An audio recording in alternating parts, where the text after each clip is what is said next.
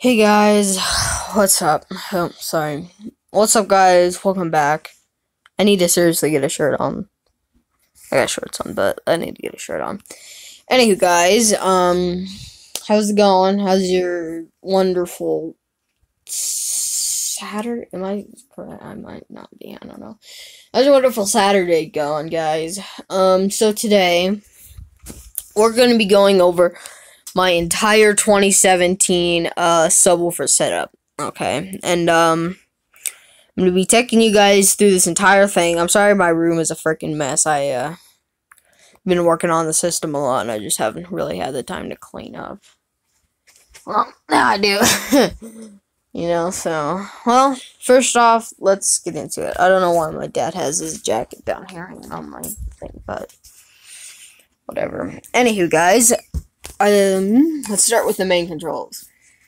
So, this is my AALC volume control knob. This one controls the main volume to the entire system. And if you're wondering, these are like equalizers. These control the bass. And once you have those set, you can turn up the volume. It's pretty cool. It's like an equalizer. So, this is the main volume to the system. It actually turns up pretty dang loud. Hopefully. I'm thinking about getting maybe another amplifier by Christmas. So you see that Fosgate over there? That guy, it's a pretty good amplifier.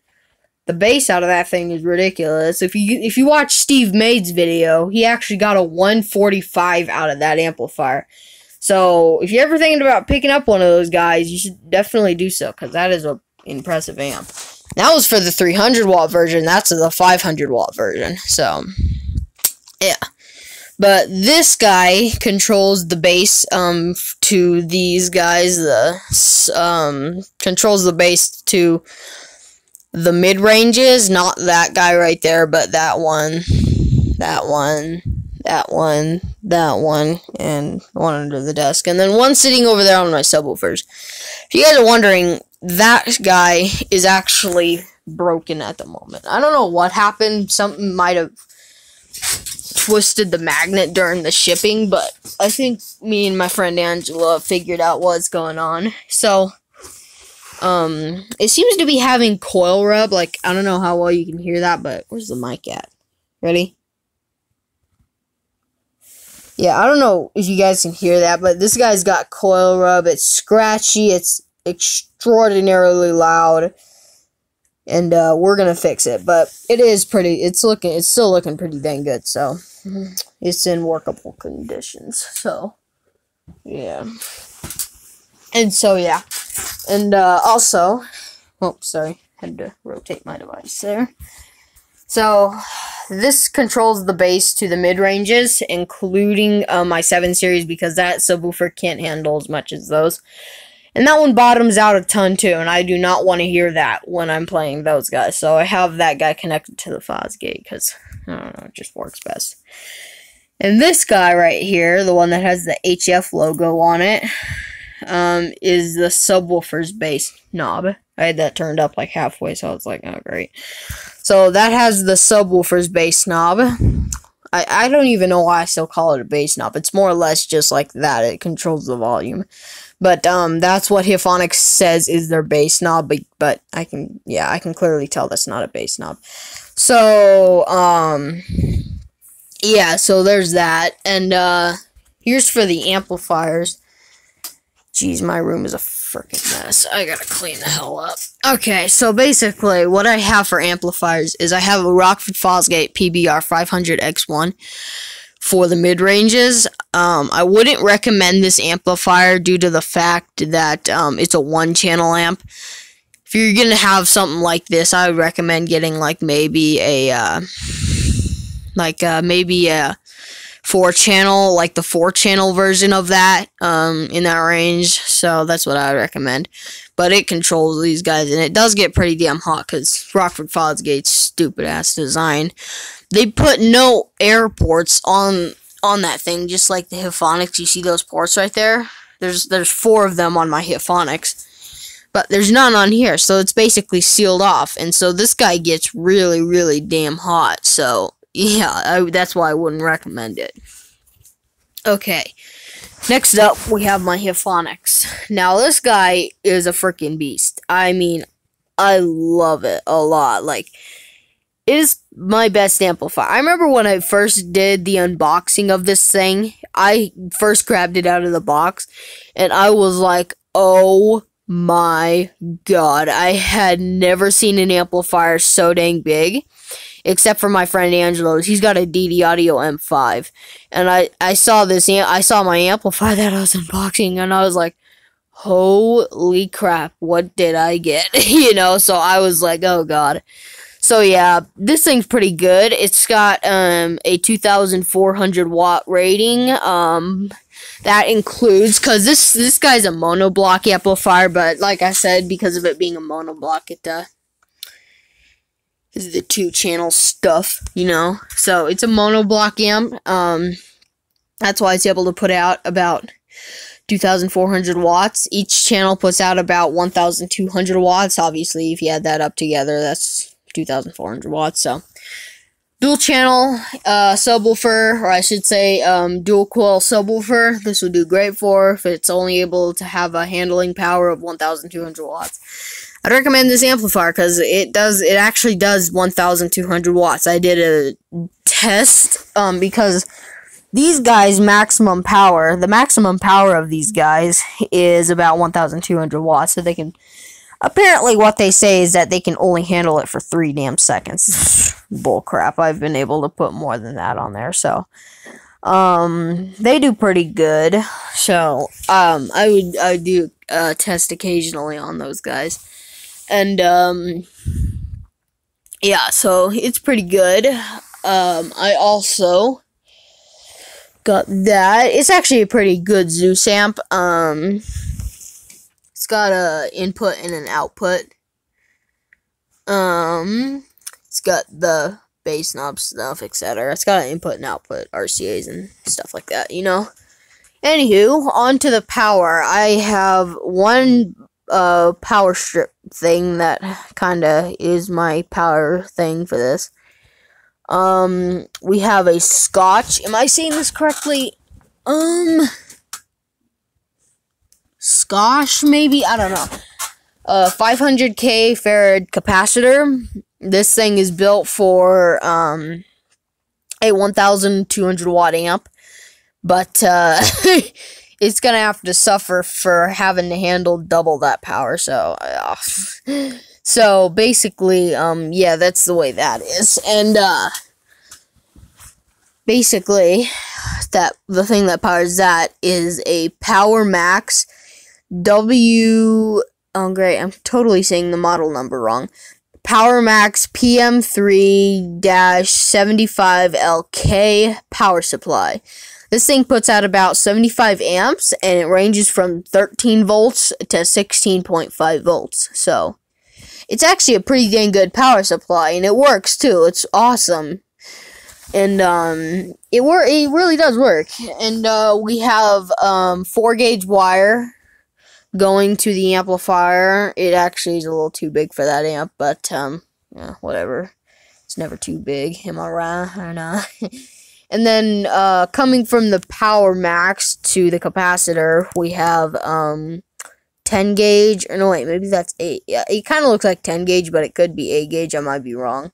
Oh no wait, this is 10 gauge, yeah, this is 8 gauge. So, we have this 8 gauge wire here, going from the power supply, over to here.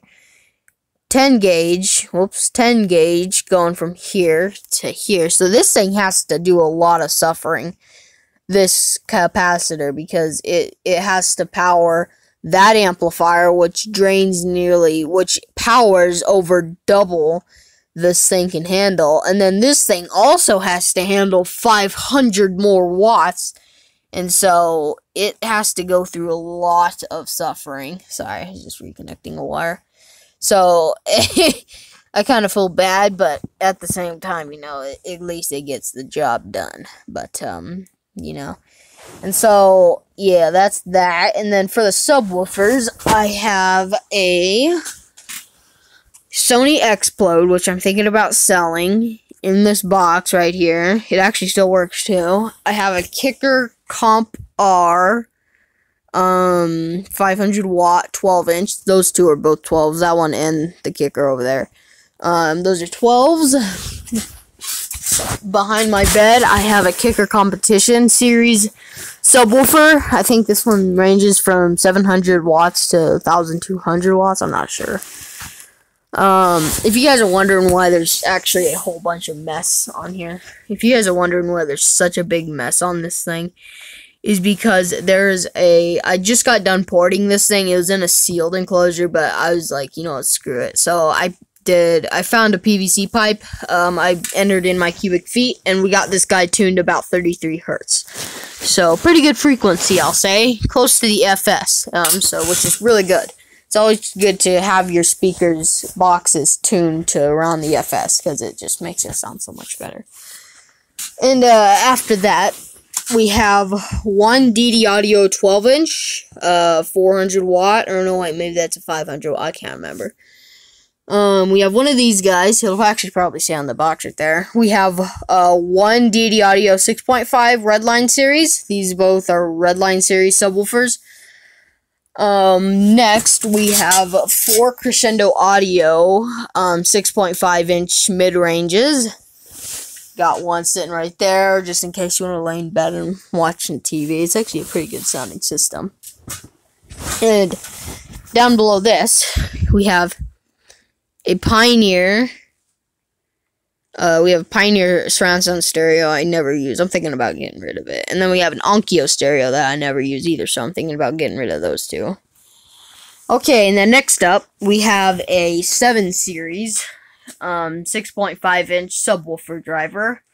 It's actually got a really unique look to it. I'll show you guys. It's really, it's like an ordinary subwoofer, but at the same time, it is so cool, the colors. Like, let me try getting it out of my cardboard box. Here. Whoops. Put my phone down.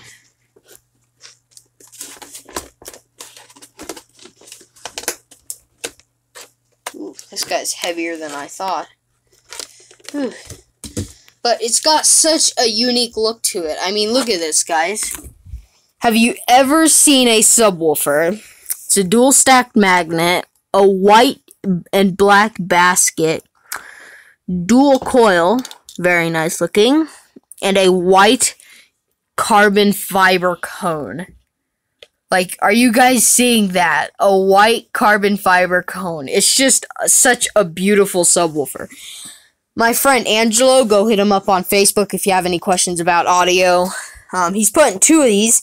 At the moment of this video, he is putting in 2 of these into a Jeep with a DD Audio Mini 500 watt amplifier. And it's perfect because it's DD Audio amp is a monoblock amplifier too. So that's pretty good because these guys are rated for 300 watts. And if you split that up equally, that's 250 watts. So it's basically perfect for these little 6.5s. So it's cool. Alright, let me try getting this back in the box. I don't know how easy this is going to be, but we'll try it. Yes, I know, I gotta rotate my phone. Quit giving me that. Okay. Oh, just knocked my iPad off. Okay, so next up, we have 2 little, I should say 4, because they're actually dual. They're pretty cool little tweeters. Unique. We got dual, God, I can't remember the names of them. Dual, damn, I can't remember the name. Dual tweeters here, equals as 4. Down below, we have an Earthquake 18-inch, sitting down there, nice and loud. And then over here, we have I have the box in back here, so might as well go look. I have which is completely buried in frickin' PVC pipes. I can't even see the name.